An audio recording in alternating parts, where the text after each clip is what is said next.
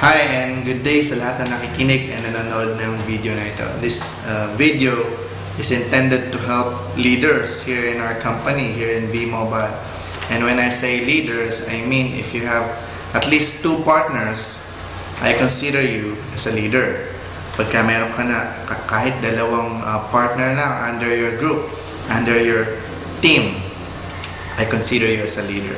Right? Pag wala pang partners, technopreneur pa lang. So we'll be talking about this material na available din sa Facebook natin. 3 most important things to do for you to succeed in V-Mobile. Right? Maraming nag-join ng V-Mobile pero nagtataka sila bakit hindi sila kumikita, bakit hindi sila nagiging successful. Pwede na may mali silang ginagawa. Right? Or baka hindi nila nagagawa yung mga tama o yung mga kailangan gawin. So ito, kinumpile natin and we want to talk about this today. So basahin ko lang, as a new technopreneur, here are the things that you need to do to maximize the opportunities in our V-Mobile business. Income is sure. It is you who will decide how much and how fast you will earn. Right? So ito ang mga kailangan nating gawin. Number 1, learn the business by reading the quick guide.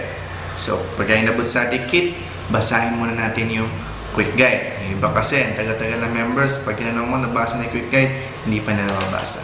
Very important, read the quick guide. Number 2, study the facts, yung mga frequently asked questions. So most ng mga questions na itatanong natin as a new member ay nandoon. Nandoon din po yung mga sagot. Right? Number 3, practice the presentations. So kahit na isang company lang tayo, isang product, isang compensation plan, iba-iba pa rin yung pagpe-present, iba-iba yung way, yung style natin ng presentations.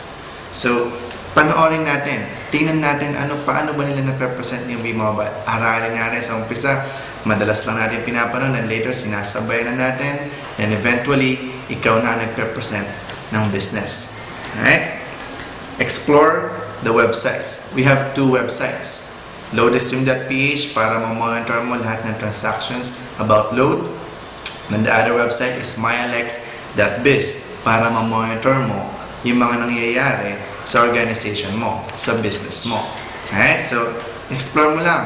Click mo lang na i-click kung ano pa yung mga page na hindi mo pa nakikita. Huwag kang matakot kasi lahat naman ng major transactions ay nagre-require ng PIK mo or yung personal identification key mo. Alright? So, wala kang magagawang malaking pagkakamali by just clicking. Then, attend meetings and trainings. So, meetings, we have the business opportunity meetings or natawag natin na BOM, B-O-M.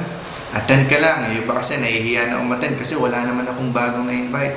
It's okay. Mahalaga, umattend ka pa rin para naririnig mo pa rin yung presentations. Maalala mo na mas lalo mo natututunan yung negosyo. We also have trainings para sa mga existing members. So, mahalaga, attend ka ng training para mas lalo kang matuto ano ba yung mga tamang gawin as a member. Right? Then, lastly, mapapansin nyo, sa last ko talaga siya nilagay. Ask questions for clarification. Yung iba kasi, sa umpisa pa lang, tanong ng tanong, hindi pa naman nababasa yung quick guide. Hindi pa nababasa yung facts. Hindi pa napapanood lahat ng presentations. Right? So, very important. Gawin mo na lahat yan. Then, we'll ask for clarifications. Okay lang magtanong kasi minsan nabasa mo pero hindi mo pa rin siya maintindihan. Okay lang. That's the time you ask questions. So again, number 1, learn the business. Number 2, share the opportunities. Yung opportunity na meron tayo sa V-Mobile, pagkatapos na itong malaman, matutunan, gamitin, it's time for us to share the opportunity. Right? First thing you need to do, at least maglista ka 100 names na kakilala mo.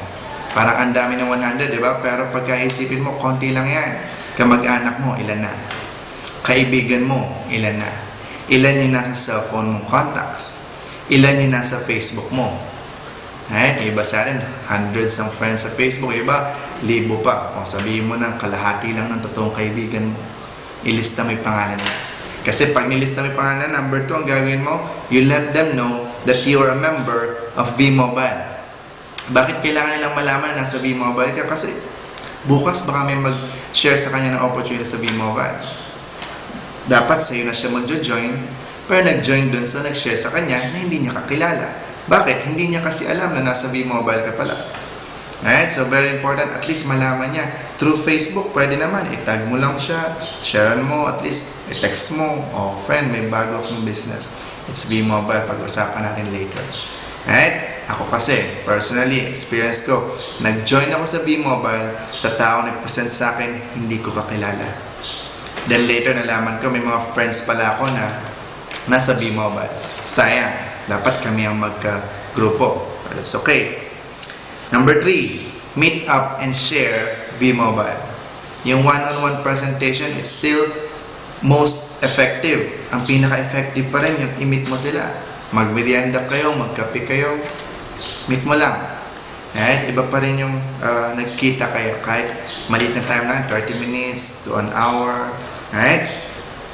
Use Facebook. Post, tag, share, comment, like. Right? Napaka-effective ng Facebook. Ang daming nag-join ng V-Mobile. Tanungin mo, ba't sila nag-join? Paano nila naman V-Mobile? Facebook. Right? Gamitin natin technology to do this business. Then lastly, follow up, follow up, follow up. Yung na-share mo ngayon, bukas, i-follow up. Yung tinext mo ngayon, bukas, i-follow up. Yung nag-commit sa'yo na next week, mag-join na siya next week, i-follow up. Alright? So again, number 1, learn the business. Number 2, share the opportunity. Lastly, number 3, duplicate yourself. So pagkatapos mo matutunan, pagkatapos mo ma-share yung opportunity sa V-Mobile, may partners ka na, ang kailangan mo na gawin yan is to duplicate yourself. Alright? I-duplicate mo yung ano yung meron ka. Motivate your core team. Darating yung time, andayin mo ng partners under you, hundreds, thousands, hindi mo sila kaya motivate lahat. Pumili ka lang ng core team mo. Sila lang yung text mo, sila lang yung tatawagan mo, sila lang yung imimit mo. Alright? Kasi sila rin, tuturuan mo rin magturo ng iba. That's number 2. Teach them to teach others. Hindi sapat na turuan mo lang sila. I-guide mo sila kasi sila magkakaroon din ng partners. Tuturuan mo sila na magturo ng partners nila. Is that clear? Alright, so number 3, help them build their teams. Our business is about building a team. Building your business team. Tulungan natin sila mag-build ng team nila. Nagsisimula pa lang sila, bigay mo yung mga strategies natin. For example, itong material na ito, share natin sa kanila. Alright? Share your tools and resources. That's number 4. Kung ano man meron tayong ginagamit, partners natin yan. Share mo sa kanila. Sabi ko nga sa mga partners, kahit copy-paste yung mga pinopost ko sa Facebook, okay lang. Kasi eventually, their success is also my success. Alright? This is a people helping people business. And lastly, be the upline you wanted to have. If you have expectations na nag-invite sa'yo, yun ang mga gagawin mo sa mga invite mo. Let's stop thinking about negative things kasi pagkaya na tinignan natin, ang dami.